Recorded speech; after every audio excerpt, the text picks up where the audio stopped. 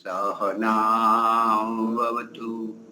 सहनौ भुनक्तु सह वीर्यं करवावहै तेजस्विनावधीतमस्तु मा विद्विषावहै।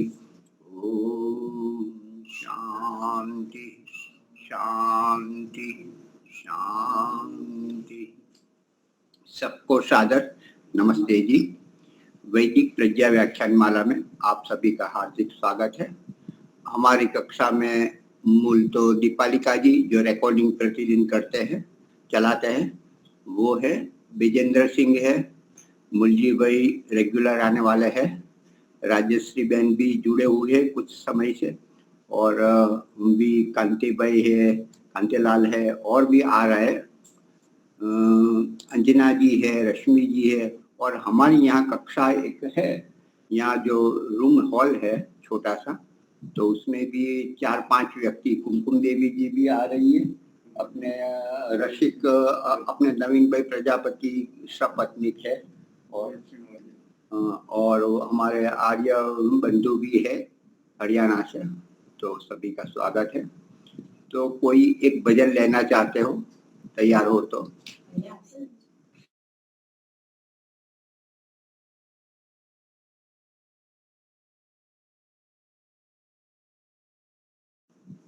हाँ जी, कोई लेना चाहते? नाम का सुमिरन करके मेरे मन में सुख भर आया। तेरे नाम का सुमिरन करके मेरे मन में सुख भर आया। तेरी कृपा को मैंने पाया, तेरी दया को मैंने पाया, तेरी कृपा को मैंने पाया, तेरी दया को मैंने पाया। तेरे नाम का सुमिरन करके मेरे मन में सुख भर आया। दुनिया की ठोकर खा के जब हुआ कभी भी सहारा, ना पाकर अपना कोई, जब मैंने तुम्हें पुकारा, ना पाकर अपना कोई, जब मैंने तुम्हें पुकारा। हे नाथ मेरे सिर ऊपर तूने अमृत बरसाया। हे नाथ मेरे सिर ऊपर तूने अमृत बरसाया। तेरी कृपा को मैंने पाया, तेरी दया को मैंने पाया। तू संग में था नित मेरे, ये नैना देख न पाए। चंचल माया के रंग में ये नैन रहे उलझाए।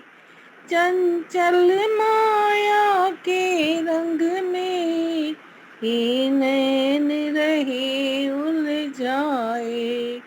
जितनी भी भार गिराऊं तूने पग पग मुझे उबारा। जितनी भी भार गिराऊं तूने पग पग मुझे उबारा। तेरी कृपा को मैंने पाया, तेरी दया को मैंने पाया। तेरे नाम का सुमिरन करके मेरे मन में सुख भर आया। भव सागर की लहरों में जब भटकी मेरी नैया, तट छूना भी मुश्किल था, ना दिखे कोई खिवैया। तट छूना भी मुश्किल था, ना दिखे कोई खिवैया। तू लहर बना सागर की, मेरी नाव किनारे लाया। तू लहर बना सागर की, मेरी नाव किनारे लाया।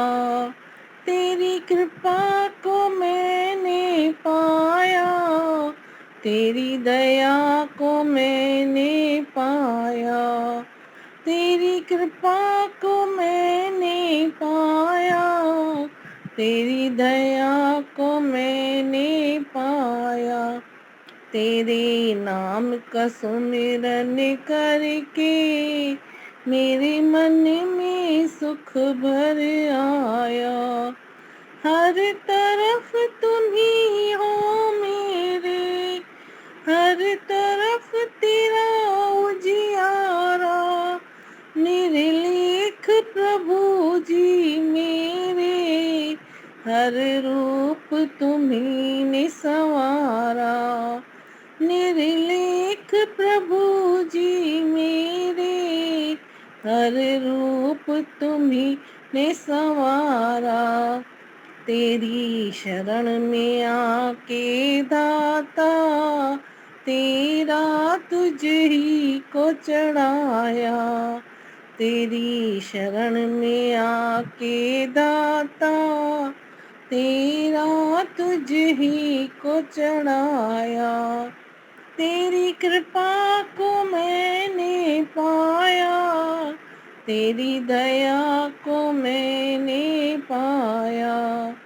तेरी कृपा को मैंने पाया, तेरी दया को मैंने पाया। तेरे नाम का सुमिरन करके मेरे मन में सुख भर आया। मेरे मन में सुख भर आया, मेरे मन में सुख भर आया। धन्यवाद टाइम देने के लिए मुनि जी। बहुत ही बढ़िया, बहुत सुंदर, अच्छा भजन गाया। आज के हमारे वक्ता दर्शन योग धाम लाकरोड़ा से आचार्य खगेश शास्त्री जी है। और आप जानते हो कि आज का विषय है वास्तविक वृद्ध कौन है, बुजुर्ग किसको कहते हैं, बुढ़े किसको कहते हैं। और आश्चर्य की बात शायद लगे कि सबसे छोटी उम्र के 25 वर्ष के ही है, और हम सब वर्धित भी क्या कहे, बूढ़े हैं, तो उनको शिक्षा देंगे। वास्तव में हमारी यात्रा अनंत यात्रा है, उसमें आगे पीछे वही की प्रश्न नहीं, लेकिन हमसे बहुत आगे है। गृहस्थ धर्म और देख लिया है, सुन लिया है, जान लिया है, अनुभव कर लिया है। तो इस प्रकार से वास्तव में वर्धित वृद्ध कौन है, तो इस विषय पर वक्तव्य लेंगे। ये आप अपने इसी पर ले लेंगे क्या, आपके पर मैं बंद कर दूं? आप हमारे आचार्य जी अपने मोबाइल पर, मैं अपना मोबाइल बंद करता हूँ जिससे डिस्टर्ब ना हो।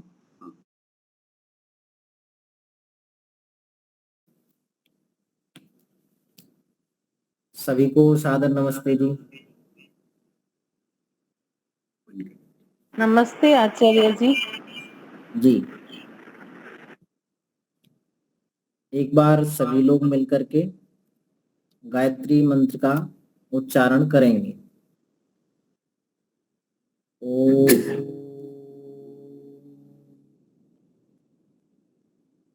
भूर्भुवः स्वः तत्सवितुर्वरेण्यं भर्गो देवस्य धीमहि धियो यो नः प्रचोदयात्। ओम शांति शांति शांति।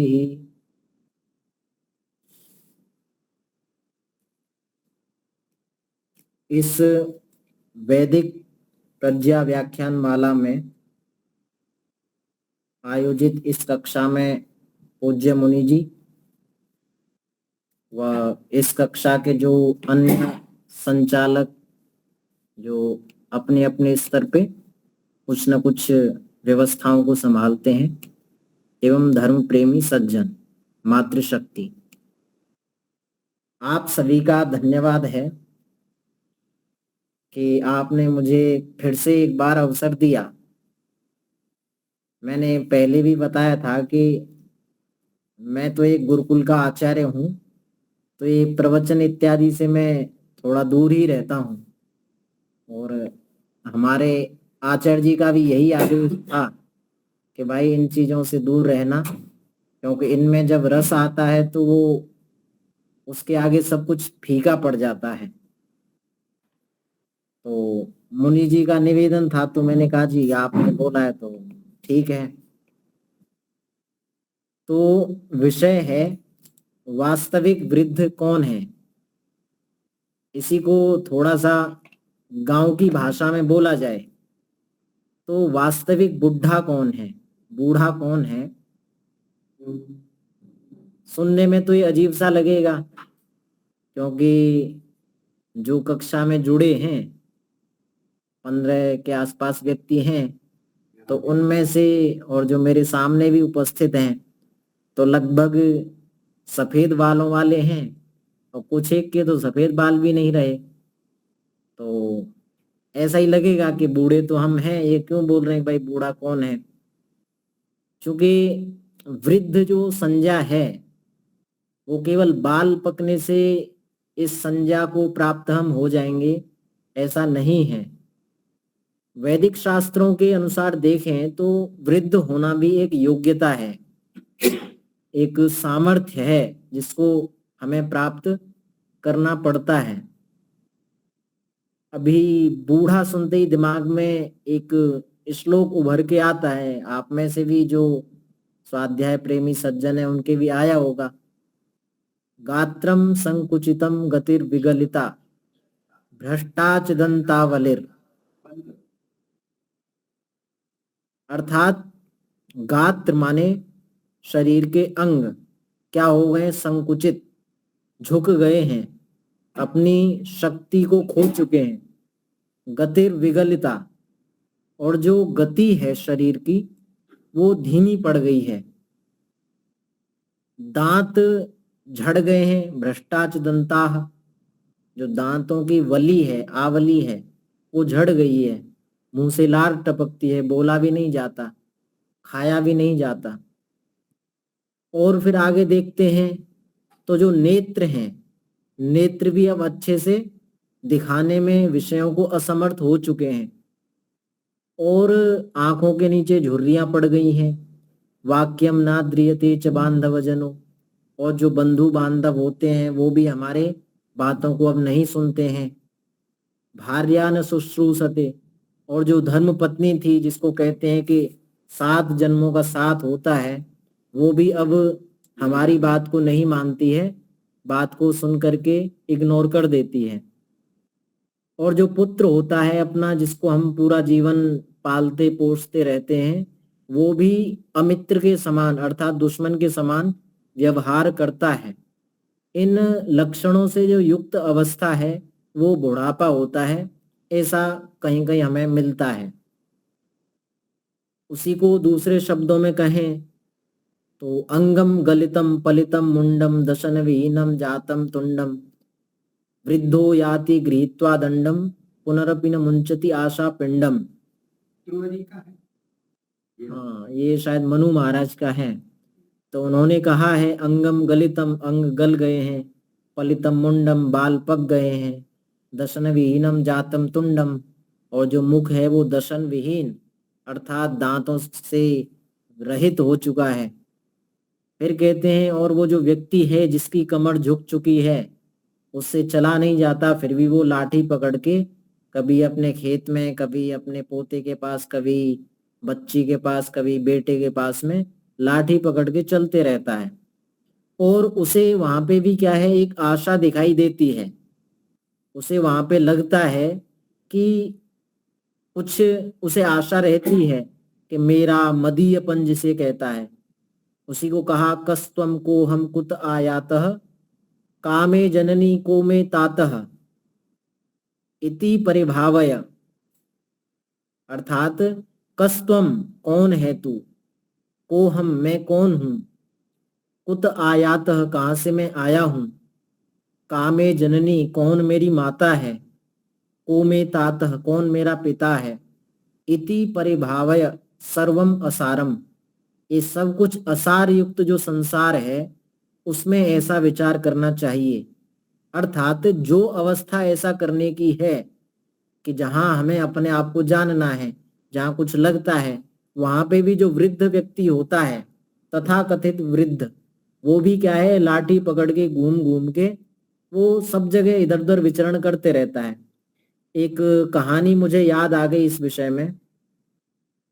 एक व्यक्ति था, वो शायद 8-10 साल का था, तो उसके पास में यमराज आए और यमराज ने कहा कि चलो भाई चलो साथ में स्वर्ग में चलो। तो वो व्यक्ति कहता है कि महाराज अभी तो मैंने कुछ देखा नहीं है, अभी तो मैं आया ही आया हूँ संसार में, तो कुछ बड़ा होने दीजिए, कुछ देखने दीजिए। तो ऐसा करके वो वहां से यमराज चले जाते हैं। उसके बाद में क्या होता है, उसकी शादी हो जाती है, नौजवान हो जाता है। तो यमराज फिर से आते हैं, कहते हैं कि भाई चलो अब तो चलो, अब तो तुम बड़े हो गए। तो उन्होंने कहा कि अभी तो शादी हुई है और अभी तो पुत्रों का सुख भी देखना है मुझे और पत्नी की भी जिम्मेदारी है, तो अभी थोड़ा रुक जाओ। उसके बाद में यमराज फिर से आते हैं, तो तब तक उसके नाती पोते हो चुके होते हैं। तो फिर से कहते हैं भाई चलो अब तो सुख देख लिया। तो वो व्यक्ति जिसके अभी थोड़े थोड़े बाल पकने लगे थे, वो कहता है कि भाई अभी थोड़ा और रुको, ये नाती पोते बहुत छोटे हैं और रास्ते के किनारे ही मेरा घर है, तो ये कभी बाहर निकल जाते हैं, तो वाहन इत्यादि चलते रहते हैं, उनका भी भय रहता है।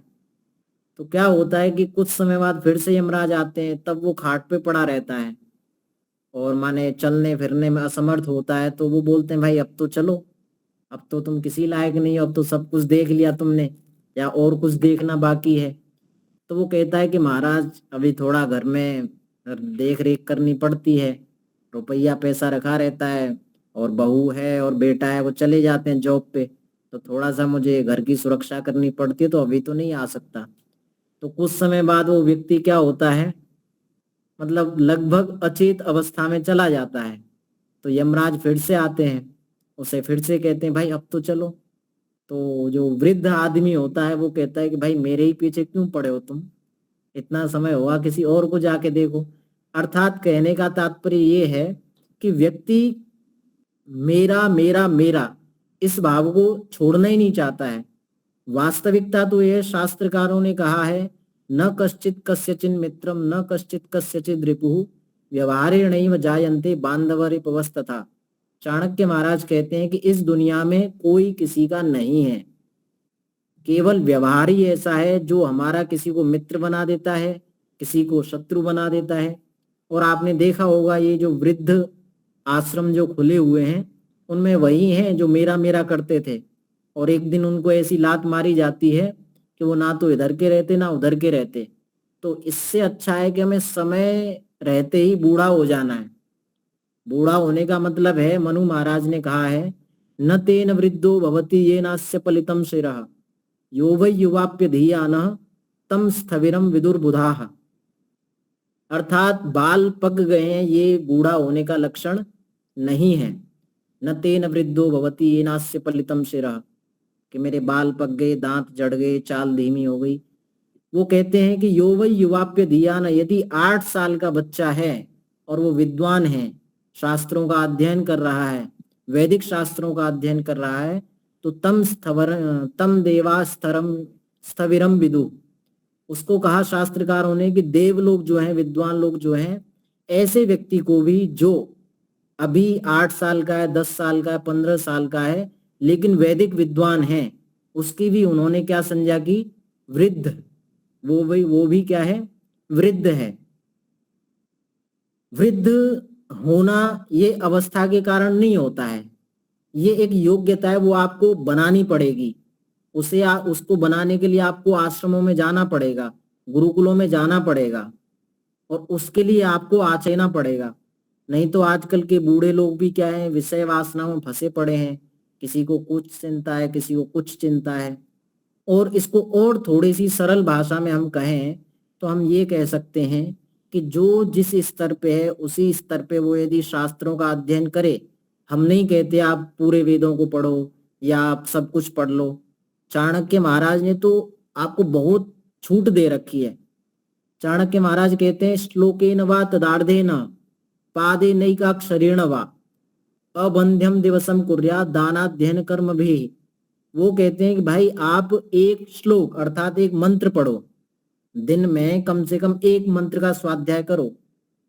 तो एक मंत्र में या एक श्लोक में 4 भाग होते हैं। 4 भाग माने 4 भागों में बांटा जाता है उसे, अर्थात 1/4। तो वो कहते हैं कि आप पूरे मंत्र को पढ़ो, पूरा नहीं पढ़ सकते तो आधे को पढ़ो, आधा नहीं पढ़ सकते तो एक पाद को पढ़ो। एक पाद माने 1/4, 1/4 हिस्सा। और वो कहते हैं उतना भी नहीं पढ़ सकते, कम से कम एक अक्षर या एक शब्द तो ऐसा पढ़ लो जो तुम्हारे जीवन में कुछ उन्नति को प्राप्त कराए।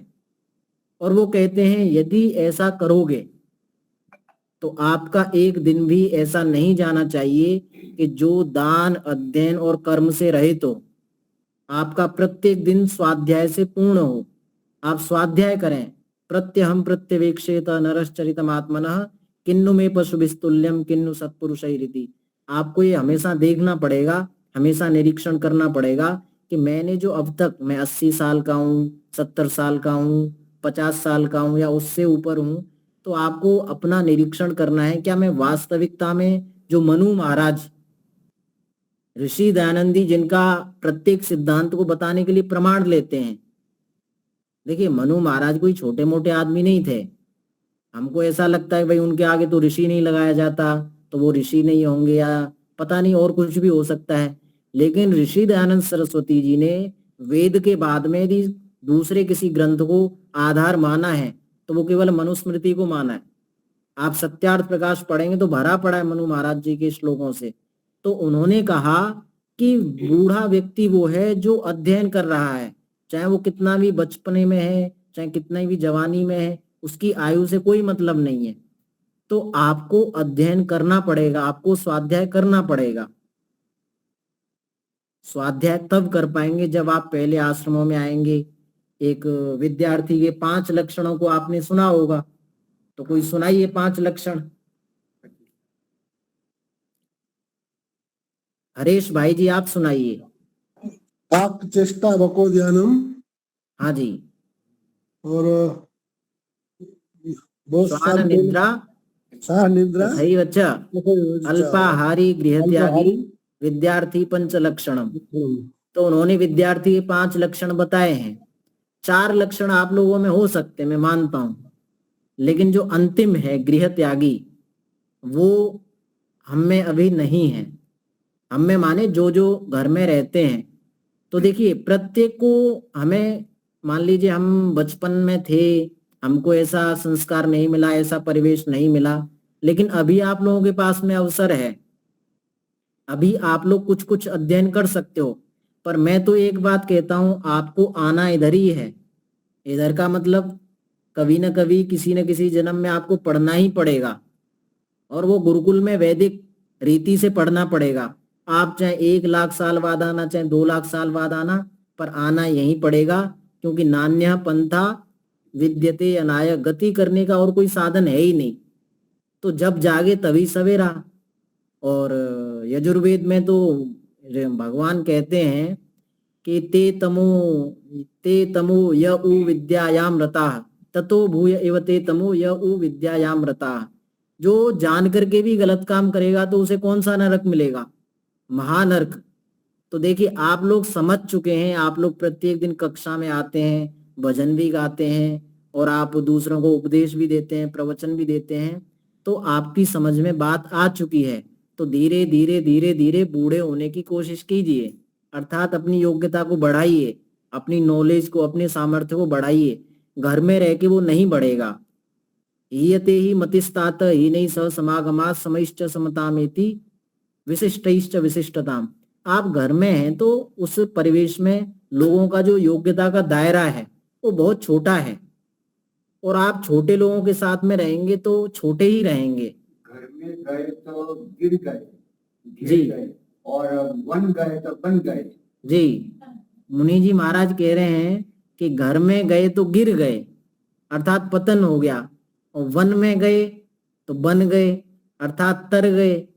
तो आप वन में आइए, धाम में आइए, अपने यहाँ किसी अन्य जो वैदिक संस्था है उसमें जाइए, अपनी योग्यता को बढ़ाइए। एक जगह शास्त्रकार कहते हैं न सा सभा यत्र न संति वृद्धाः। आजकल कहते हैं हम कि हम उस सभा में गए, उस सभा में गए, तो शास्त्रकार कहते हैं वो सभा सभा नहीं है, अर्थात मैं उस सभा को सभा नहीं मानता जहां वृद्ध लोग नहीं रहते। अर्थात जिस सभा में वृद्ध लोग नहीं हैं उसको सभा नहीं कहेंगे, और सभ्य भी नहीं कहेंगे हम, क्योंकि सभ्य किसे कहते हैं? सभायाम साधु, जो सभा में साधु है, उत्कृष्ट है, उसे हम सभ्य कहेंगे। तो जब सभा ही नहीं है तो सभ्य भी नहीं बन सकते। तो न सा सभा यत्र न संति वृद्धा न ते वृद्धा ये न वदन्ति धर्मम। और वृद्ध वो नहीं है जो धर्म नहीं जानता, धर्म नहीं बोलता, धर्म नहीं कहता, अर्थात धर्म का आचरण नहीं करता। शास्त्रकारों ने कहा है आचारहीनम न पुनन्ति वेदाः यो वै अधीते सहषड्भिरंगैः। चाहे उसने 6 वेदांग पढ़ लिए हैं, शिक्षा कल्प व्याकरण निरुक्त छंद ज्योतिष, और इन वेदांगों के साथ में 4 वेद भी पढ़ लिए हैं, लेकिन आचारहीनम, ऐसे आचारहीन को वो वेद क्या है? न पुनन्ति, पवित्र नहीं करते। छंदांसी एनम त्यजंती मृत्यु काले। जब मृत्यु काल आता है ना तो छंदांसी माने जो वेद है उसको लात मार देते हैं, अर्थात उसका कोई सहयोग नहीं करते। तो उसका अगले जन्म में क्या, कौन सी योनि में जन्म होगा, कुछ नहीं पता। फिर आगे कहते हैं नीडम शकुंता एव जात पक्षाः। जो पक्षी होते हैं वो क्या होते हैं? एक समय में वो पूरे दिन पूरी रात घोंसले के अंदर बैठे रहते हैं, लेकिन जब उनके पंख आ जाते हैं तो क्या होता है? घोंसले को छोड़ के उड़ जाते हैं। तो ऐसे ही जब हम आचार से हीन हो जाएंगे तो चाहे वेद हो, चाहे ऋषि दयानंद हो, चाहे स्वामी विवेकानंद परिव्राजक जी हो, कोई भी हो, कोई भी सहयोग नहीं करेगा, क्योंकि हमारा तो आचरण ही गलत है। विद्या चतुर्भि प्रकारैः उपयुक्ता भवति, आगम कालीन, स्वाध्याय कालीन, प्रवचन कालीन, और सबसे अंतिम बताया व्यवहार कालीन। तो जो व्यवहार काल है यदि वही हमारा गलत है, उसी अंतिम सीढ़ी पे हम नहीं चढ़ पाए जो कि सबसे आवश्यक है, उसी के लिए कहा कि आचारहीनम न पुनन्ति वेदाः। चाहे हम कितना भी पढ़ लें लेकिन हमारा कोई सहयोग नहीं कर सकता, क्योंकि धनानि भूमौ पशवश्च गोष्ठे भार्या गृहद्वारी जनः शमशाने देहश्चितायाम परलोक मार्गे कर्मानुगो गच्छति जीवैक। कर्म ही हमारा साथ जाएगा, और कर्म हमारा कैसा है? आचार से हीन है, तो हमारा कोई साथ नहीं देगा, क्योंकि हमारे कर्म ही खराब हैं, कर्म ही हमारा साथ नहीं देंगे। उसी को दूसरे उसमें कहा ये शाम न विद्या न तपो न दानम ज्ञानम न शीलम न गुणो न धर्मः ते मर्त्य लोके भूविभार भूता मनुष्य रूपेण मृगाश्चरन्ति। तो वो तो उसको तो मनुष्य भी नहीं कहा, उन्होंने तो कहा ये तो धरती पे बाहर हैं ऐसे व्यक्ति जिनके अंदर न विद्या न तप न दान न बल न धर्म। और उसी को दूसरे शब्दों में कहते हैं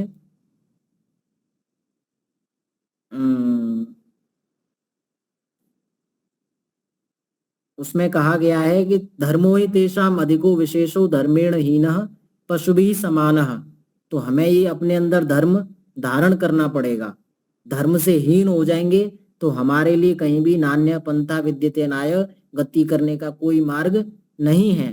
तो न सा सभा यत्र न संति वृद्धा न ते वृद्धा ये न वदन्ति धर्मम। वो वृद्ध भी नहीं है जो धर्म को नहीं जानते हैं, धर्म का आचरण नहीं करते हैं, अर्थात धर्म से विहीन है।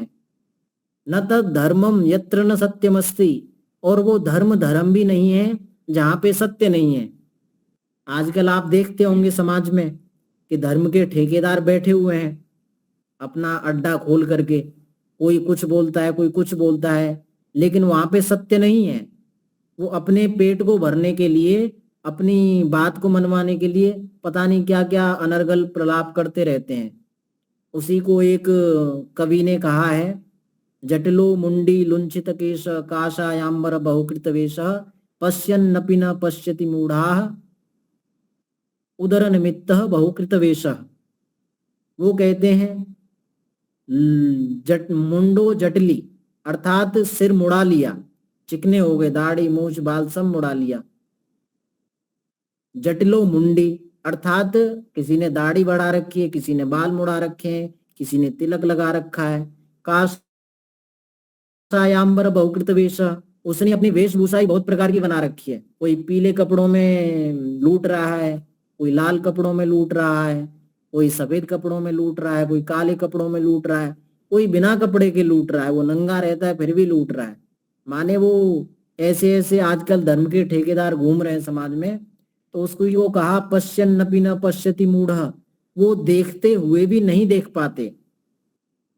और इसी बात को ऋग्वेद में भगवान कहते हैं, उतत्व पश्यन् न ददर्श वाचम उतत्व शृण्वन् न शृणोत्ये नाम उतो तस्मै तन्वम विशस्त्रे जाये पत्य औषधि श्वासा।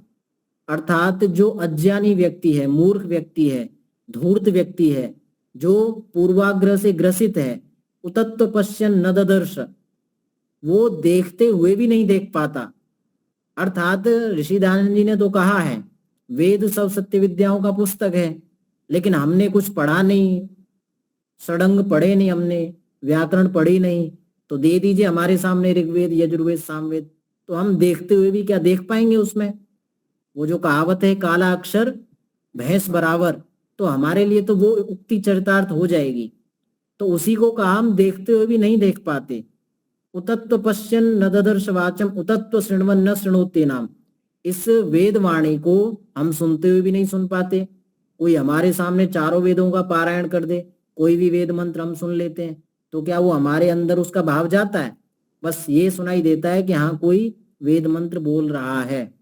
उतो तस्मै तन्वम विशस्त्रे जाये पत्य औषधि सुवासा, ये वेद केवल उसी के काम के हैं जो व्यक्ति विद्वान है, अर्थात जो व्यक्ति योवै युवाप्य धीयाना, जो व्यक्ति बूढ़ा है, जो अध्ययन किया हुआ है शिक्षा कल्प व्याकरण का, तो उसी व्यक्ति को हम बूढ़ा कहेंगे, ये वेद भगवान कहते हैं।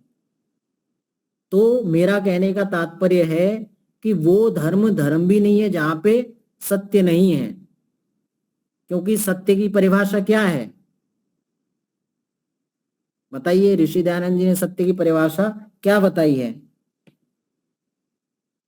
कोई बताए?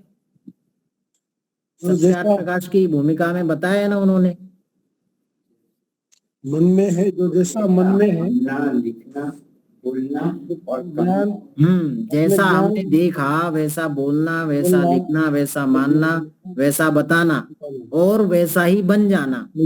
वहीं आप देखेंगे पहले समुल्लास में एक जगह ऋषि दयानंद जी लिखते हैं, यन मनसा ध्यायति तद वाचा वदति, यद वाचा वदति तत् कर्मणा करोति, यत् कर्मणा करोति तद तद अभिसंपद्यते।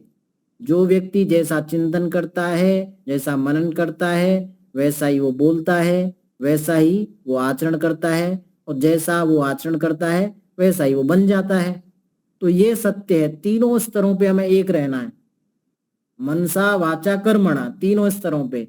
और मन वचन और कर्मों से भी अलग अलग हो गए तो मनस्यन्यत वचस्यन्यत कर्मण्यन्यत दुरात्मनाम, मनस्येकम वचस्येकम कर्मण्येकम महात्मनाम। यदि मन वचन और कर्म से आप एक रहेंगे तो महात्मा बन जाएंगे, महान आत्मा यस्य। और यदि मन वचन कर्म से अलग अलग रहेंगे, मन में कुछ और है, वाणी पे कुछ और है और कर्म में कुछ और है, तो आप दुरात्मा बन जाएंगे, दुष्ट बन जाएंगे, धूर्त पाखंडी बन जाएंगे।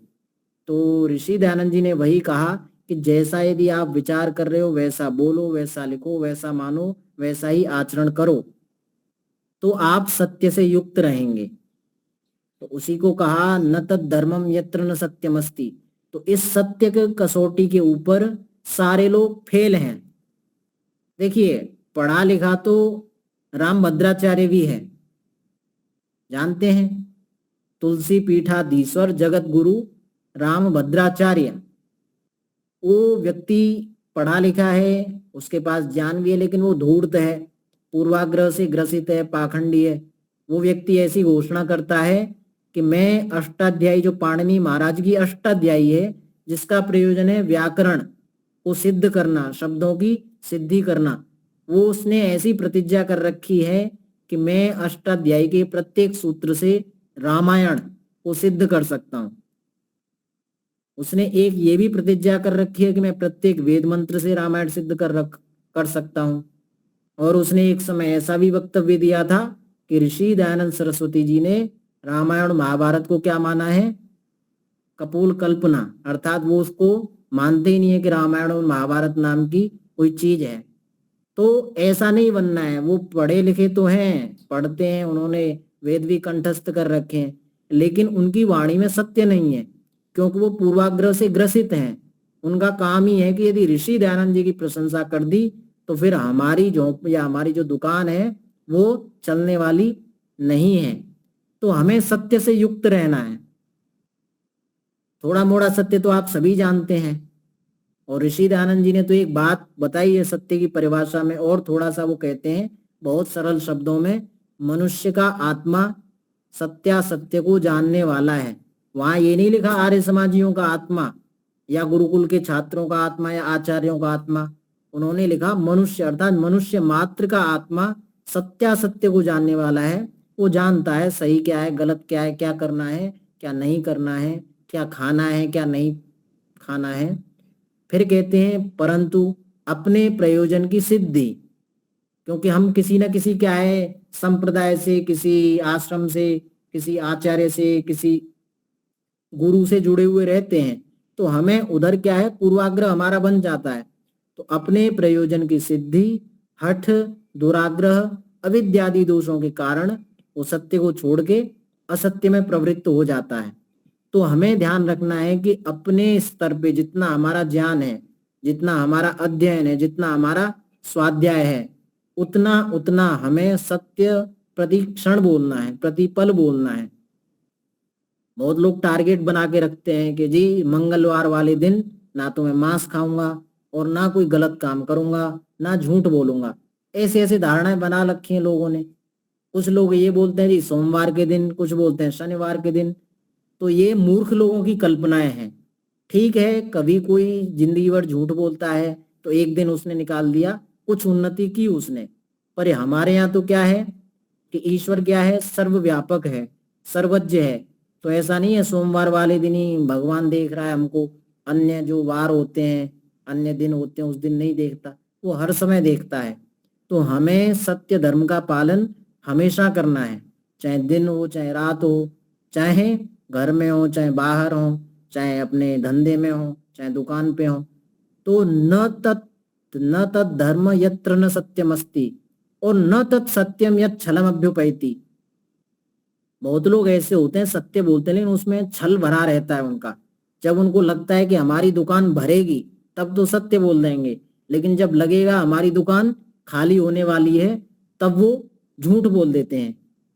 तो शास्त्रकारों ने कहा है कि आपको वृद्ध बनना है, लेकिन वृद्ध कब बनेंगे? जब आप धर्म का पालन करेंगे। अब धर्म क्या होता है, धर्म के कितने लक्षण हैं, तो बताइए, कौन बताएगा? अब धर्म जानना पड़ेगा ना। शास्त्रकारों ने कहा भाई बूढ़े तब बनोगे जब धर्म को जानोगे। तो धर्म बताइए, किसे धर्म कहते हैं, कितने लक्षण हैं? 10 लक्षण 10। हाँ बताइए, वो श्लोक याद है किसी को?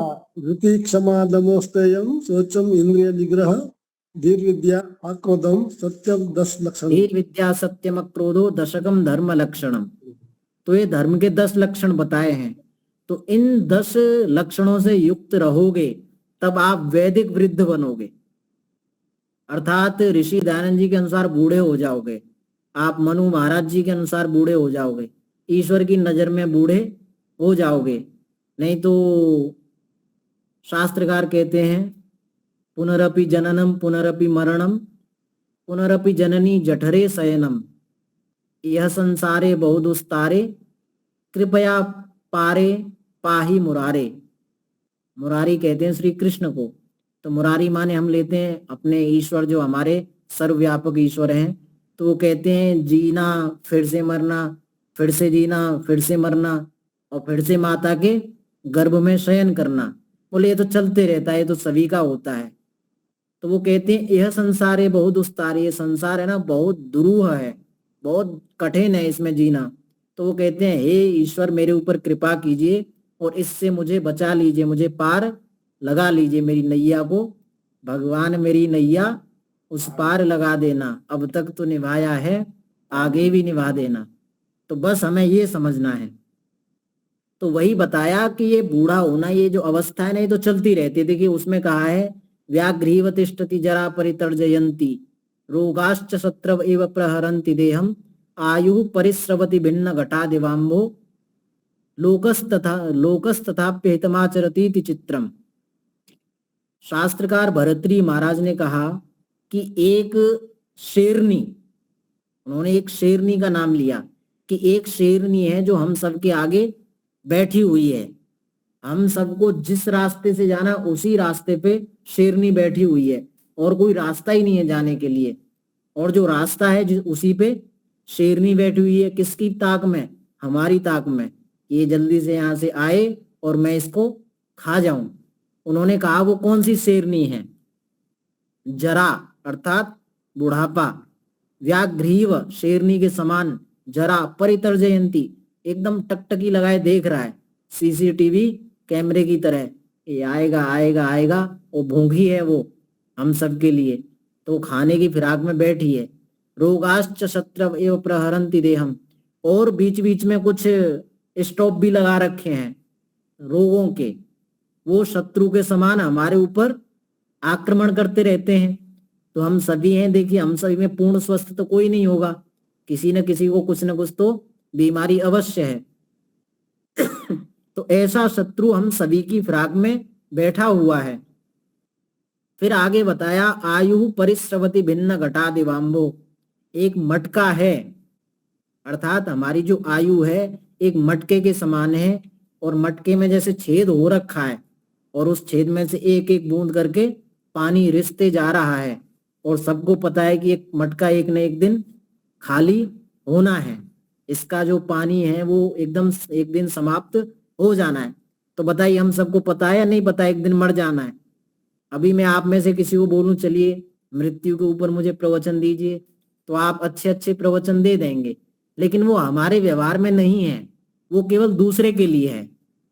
अर्थात हम जब प्रवचन देते हैं ना, तो हम ऐसे देते हैं कि मैं तो अमर हूं और बाकी सारे मरने वाले हैं।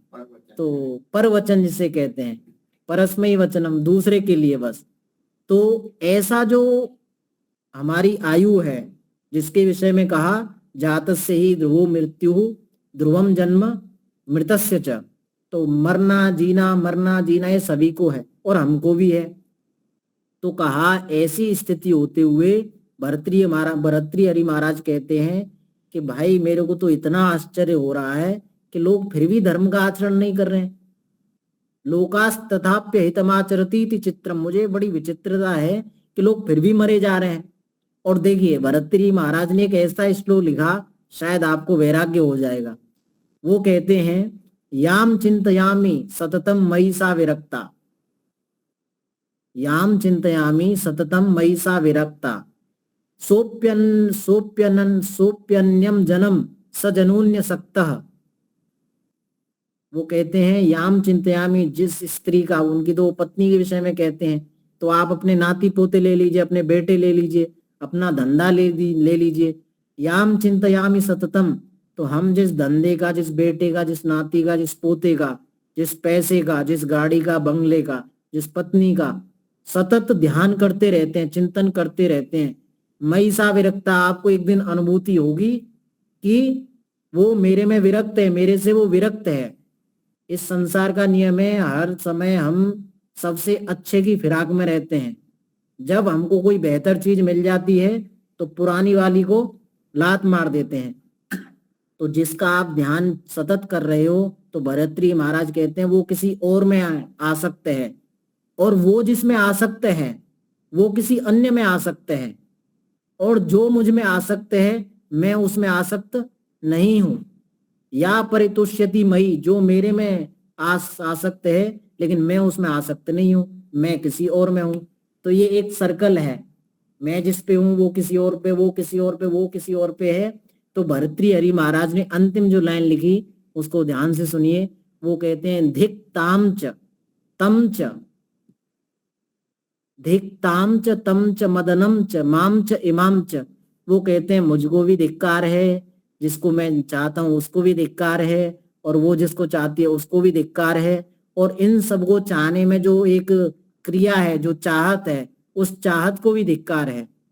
तो मेरे कहने का तात्पर्य यही है कि हम जो लगे रहते हैं ये मेरा ये मेरा ये मेरा, तो वो जो है ना एक दिन छूट जाना है, वो नहीं रहेगा हमारे पास में।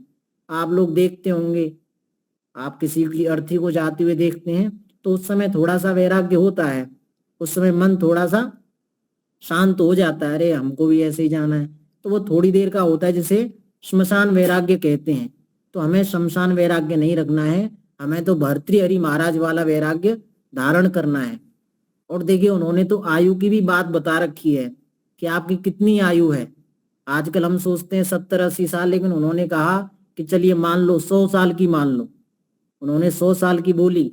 तो आयु वर्ष शतम नृणाम परिमितम रात्रौ तदर्धम गतम। 100 साल की आयु बताई, उसमें से आधी किसमें चली गई? रात्रि में, सोने में। आयु वर्ष शतम नृणाम परिमितम रात्रौ तदर्धम गतम तस्यार्धस्य परस्य चार्धम परम बालत्व वृद्धत्वयो। तो जो 50 साल की बची है ना, उसमें से भी आधी किसमें जाएगी? बचपने में और बुढ़ापे में। आधी किसमें गई? तस्यार्धस्य परस्य चार्धम परम बालत्व वृद्धत्वयो।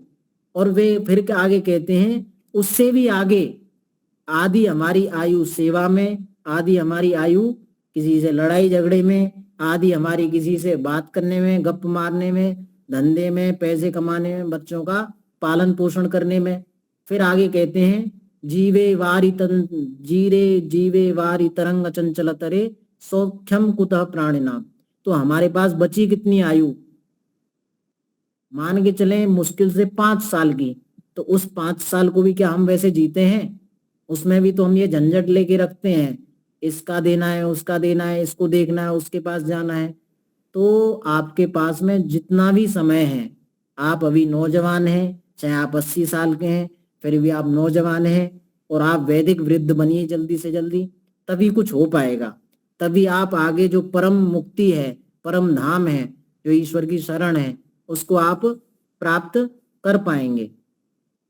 तो वही मैं कह रहा था कि ये जो बुढ़ापा है ये हम सभी का आएगा, जो शरीर का बुढ़ापा है, लेकिन हमें इसके ऊपर ध्यान नहीं देना है। हमें तो अपनी आत्मा का बुढ़ापा लाना है। आत्मा बूढ़ी तब होगी जब आप ज्ञान वृद्ध होंगे। ज्ञान के विषय में क्या कहा? नहीं जाने न सदृशम पवित्रम यह विन्दते तत् स्वयं योग संसिद्ध। वो स्वयं संसिद्ध है, जो आत्म ज्ञान है और वो जो विद्या है वो सबसे पवित्र है। आप उसका वर्ण कीजिए, आप उसको अपने जीवन में लाइए, उसको धारण कीजिए, तब आप वृद्ध बन पाएंगे। और जब आप वृद्ध बन जाएंगे तो आपको अनुभूति होगी क्या? प्राप्तम प्रापणीयम, अर्थात जो पाना था वो पा लिया। योग दर्शन में योगी के कुछ लक्षण बताए हैं, उसकी उपलब्धि बताई है। योगी जब तृप्त हो जाता है तो उसके विषय में आता है, वो बोलता है जो पाना था वो पा लिया, जो जानना था वो जान लिया, जो देखना था वो देख लिया, जो पाना था अर्थात मोक्ष, क्योंकि वो जीवन मुक्त हो जाता है तो मोक्ष भी उसे मिल जाता है। तो हमें वो वाली योग्यता अपनी बनानी है। बात समझ में आ रही है आप लोगों के? हाँ, उस पे ध्यान देना है। ये मैं तो कहता हूँ ये बाल जो होते ना, इनको सफेद ही रहने दिया कीजिए। इसके डाई वाई मारते ना हम लोग, वो मत मारा कीजिए, उससे तो और जल्दी आप बेकार हो जाएंगे। उससे स्वास्थ्य की भी हानि है और एक मन के अंदर एक विशेष वो रुचि बनती है हमारी रूप को देख करके। तो आप ऐसा ना करें, आप जल्दी से जल्दी बूढ़े हों। अब ये मत सोचना ये तो हमको भाई क्या कह रहे हैं। तो बूढ़े का मतलब है आप ऋषियों के अनुसार बूढ़े बने, और उसका आप आचरण तभी कर पाएंगे, तभी बन पाएंगे जब आप गुरुकुलों में, आश्रमों में अपना समय देंगे। तो आप जो भी आपके पास में संस्था है, एक संस्था का चयन कीजिए, आचार्यों का चयन कीजिए, जैसे भी हो सके वैसे अपने जीवन को उन्नत बनाइए। यही अंतिम लक्ष्य है, और हमको यहीं आना है। तो क्यों ना हम अभी से मेहनत करें। होता है ना, जैसे आप लोग भी अपने बच्चों को समझाते हैं कि चल कोई नहीं, जितनी गलती हुई ठीक है, आगे से आपको ध्यान देना है। तो वो हमारे ऊपर भी लागू होता है नियम कि हमें भी जब से हम समझ चुके हैं तभी से आपको वेदों का अध्ययन करना है, संस्कृत का अध्ययन करना है। मनु महाराज ने तो कहा है, पिछली मैंने जो कक्षा ली थी उसमें बताया था कि जो वेद को छोड़ के अन्यत्र कहीं परिश्रम करता है तो वो अपने पूरे परिवार खानदान के साथ में कौन बन जाता है? शूद्र। मनु महाराज ने कहा वो शूद्रत्वम आपनोति आशु, बहुत जल्दी शूद्र बन जाता है। तो आप वेदों को पढ़ें, अच्छे से उसका ज्ञान प्राप्त करें, और धर्म के ऊपर जो 10 लक्षण है उसके ऊपर आप लोगों ने काफी प्रवचन सुने होंगे, तो कभी बाद में भी चर्चा कर सकते हैं। तो मेरे कहने का तात्पर्य यही है कि आप इसको जल्दी से जल्दी धारण करें। इतना कह के मैं अपनी वाणी को विराम देता हूँ। ओम। नमस्ते आचार्य जी, बहुत बहुत धन्यवाद, बहुत मजा आया। प्रश्न किसी को पूछना हो?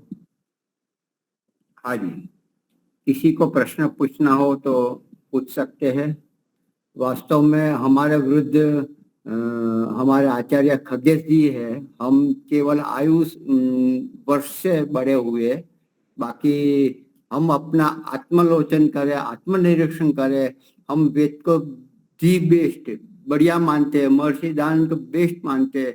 हमारे पास बहुत सारी अनुकूलता है, प्रतिकूलता नाम मात्र के, फिर भी हमारा कल्याण हम नहीं करना चाहते। मानते तो है लेकिन करते नहीं है। विद्वान कहाँ नहीं है? क्या पैसे की कमी है? क्या कोई बच्चा मना कर रहा है? मना करता है तो थोड़े समय करेगा, बाकी अपना उद्धार स्वयं को करना पड़ेगा। परमात्मा भी नहीं करेगा, हमारे गुरुजन भी नहीं करेंगे, वो प्रेरणा देंगे। जो चलेगा उसको हाथ पकड़ेगा परमात्मा, बाकी तो चलते हैं, जाते हैं, आते हैं, वही होता है। तो समय भी लगभग हो चुका है, और कुछ पूछना हो तो हम ऐसा भी चाहते हैं कि बीच बीच में हम आयुर्वेद डॉक्टर को भी बुलाते रहेंगे, लेकिन अपने आचार्य खगेश जी का भी यहाँ लाभ लेंगे। वास्तव में वो वर्धित है, बड़े हुए हैं, बुढ़े नहीं है, वृद्ध नहीं है। आचरण, व्यवहार और इस 25 उम्र में तो कितनी उच्छृंखला, कितनी ऊपर ऊपर से क्या क्या बात का है। हम परिवार में, कॉलेज में देखते हैं, और यहाँ हमारे ऐसे विद्वान घर बैठे हम सुन सकते हैं। तो जल्द से अधिक लाभ ले। धन्यवाद। हाँ जी, शंकर जी, हमारे युवा इलाहाबाद से, प्रयागराज से, तो उनको मैं शांति पाठ और जयघोष के लिए, यहाँ हमारे वर्धित जन बैठे हैं। रसिक भाई, आपने नवीन भाई प्रजापति है, आप भी है, माता जी भी है, कुमकुम देवी जी भी है, सब है। तो बहुत अच्छा लगा। शंकर प्रसाद जी आज नहीं है। जुड़े रहिए और प्रत्यक्ष भी आए। सबको प्रतिकूलता है, प्रतिकूल को अनुकूलता बने। प्रतिकूलता में हमारा विकास नहीं होगा। जितनी प्रतिकूलता है वो हमारे लिए आगे सीढ़ी बनती जाएगी। तो उनसे जिंदा दिली से लड़ते, उनको अवकाश दीजिए और आगे बढ़िए। ऐसा करना ही पड़ेगा, आज नहीं तो अगले जन्म में करना पड़ेगा। करना तो पड़ेगा ही, तो अब क्यों नहीं। चलो धन्यवाद शंकर जी। हाँ, नहीं है आज शंकर प्रसाद जी नहीं है। अच्छा, तो मैं शांति पाठ करवा दूं। ओम जौ शांतिरंतरिक्षं शांति पृथ्वी शांतिराप शांतिरौषधयः शांति वनस्पतय शान्तिर्विश्वे देवा शान्तिर्ब्रह्म शान्ति सर्वं शान्ति शान्तिरेव शान्तिः सामा शान्तिरेधि ओम शांति शांति शांति।